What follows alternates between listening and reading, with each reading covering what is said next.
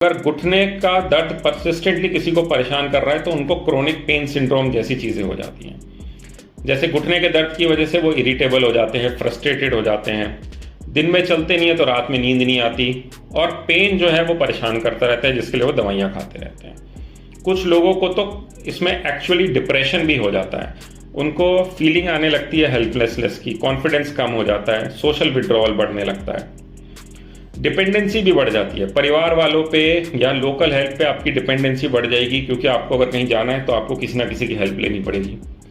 Later stages में तो bathroom जाने के लिए, नहाने के लिए, सीढ़ी चढ़ने के लिए या बालकनी तक जाने के लिए भी लोगों को ज़रूरत पड़ने लगती है किसी की डिपेंडेंसी की। इससे अपनी सेल्फ एस्टीम कम होने लगती है।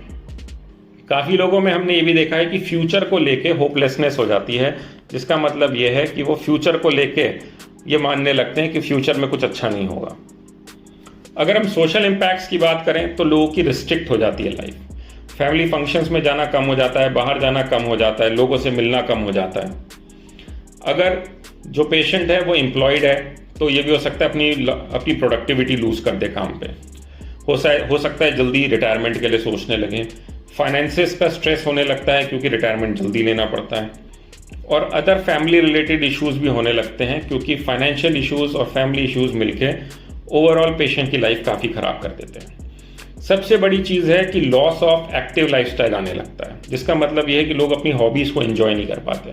जैसे अगर किसी को गार्डनिंग का शौक़ है या गोल्फ खेलने का शौक़ है, चलने का शौक़ है, तो वो चीज़ें भी धीरे धीरे कम होने लगती हैं। तो ओवरऑल अगर आपके डॉक्टर ने आपको नी रिप्लेसमेंट की सलाह दी है और आप चाहते हैं कि आप टाइमली नी रिप्लेसमेंट ना कराएं, उसको फ्यूचर में डिले करें, तो वो एक अच्छा ऑप्शन नहीं है। ओवरऑल ये आपकी क्वालिटी ऑफ लाइफ को ख़राब करता है। आप अपनी डिसेबिलिटी को अडेप्ट करने लगते हैं, घर ही घर में रहने लगते हैं, बाहर चलना बंद कर देते हैं, सोशल सर्कल कट ऑफ हो जाता है, और जो फील गुड फैक्टर है वो कम हो जाता है।